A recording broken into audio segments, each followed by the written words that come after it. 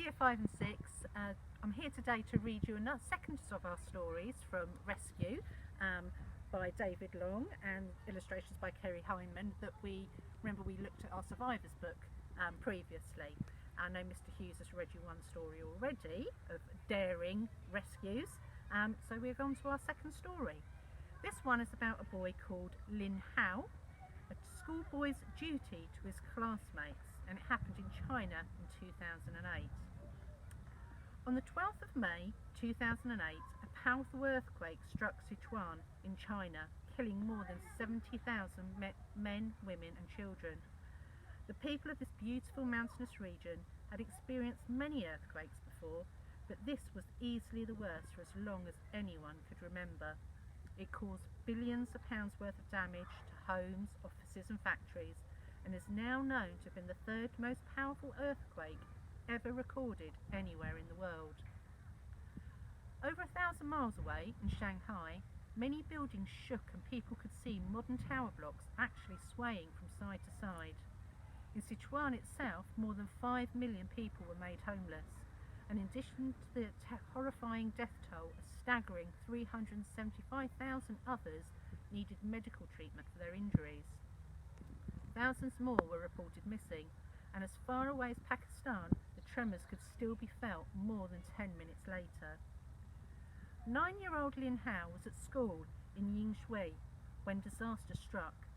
The town was the epicenter of the earthquake, meaning the place where its destructive power was the greatest. People living in Yingshui were more badly affected than anywhere else, and in less than 2 minutes their town was almost completely demolished.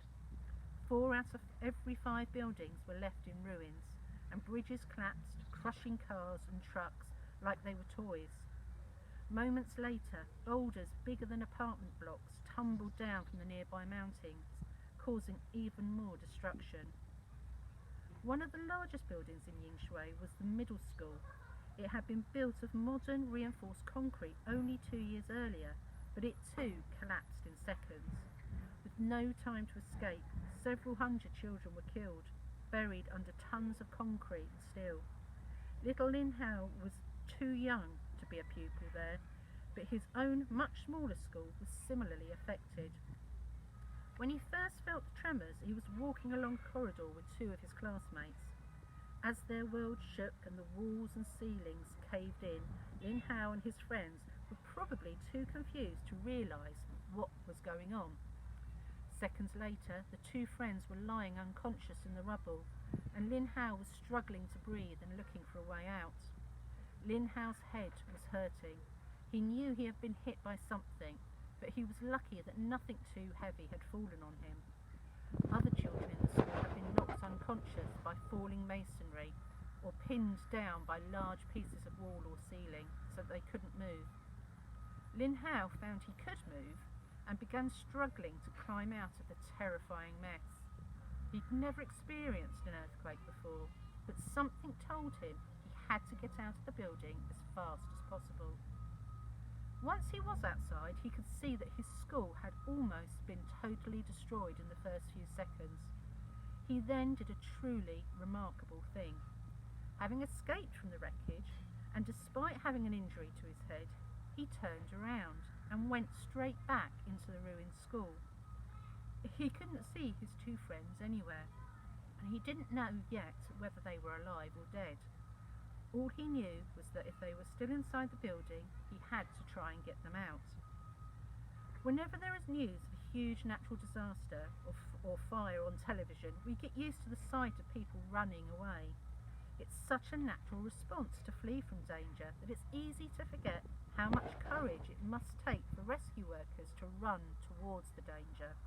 Police and firefighters do this all the time, deliberately putting themselves at risk when everyone else is running in the opposite direction. It's what these men and women do for a living. It's what they are paid for, but it is still incredibly brave. Nobody would expect a young child to do the same thing, but that's exactly what Lin Hao did.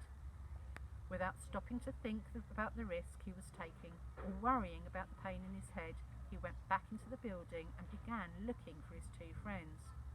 Even after an ordinary earthquake, this is an extremely dangerous thing to do, but after a big one, it is many times worse. Tremors, called aftershocks, carry on long after the first wave of destruction. This means that even if a building appears to have survived the earthquake, it can suddenly collapse after one of those later tremors. Lin Hao didn't seem worried about any of this. He had only one thing on his mind, which was to get his friends out alive. Crawling on his hands and knees, he had to take great care to avoid shards of broken glass and other pieces of debris that were scattered all over what had been the floor of the school. This meant the little boy had to go slowly, so it took a while to get back to the spot where he and his friends had been walking when the disaster struck. Once he got there, it didn't take Lin Hao long to find the first of his classmates. Still on his hands and knees, he managed to pull him out of the wreckage before crawling back in a second time to look for the other one. His other friend took slightly longer to find. He was still unconscious, but Lin Hao somehow managed to carry him out of danger. Sadly, many of their classmates were not so lucky, and more than 20 children were killed in the initial collapse. With so much terrible news from the earthquake, people were desperate to hear something positive and uplifting. The story of Lin Hao's extraordinary heroism gave them hope, and it was soon being reported on television programs and in newspapers all around the world. 3 months later, the little boy was asked to carry the Chinese flag around the arena at the Beijing Olympics. This was a great honour for Lin Hao, and almost everybody he met there congratulated him on being such a hero. He knew he'd done something special, but refused to be big-headed about it. Instead, he told people, "I was the hall monitor. It was my job to look after my classmates." And here we've got an image, an illustration of what the school may have looked like when it was collapsed, and Lin Hao carrying his friend to safety. So a boy who showed incredible heroism at a very difficult time.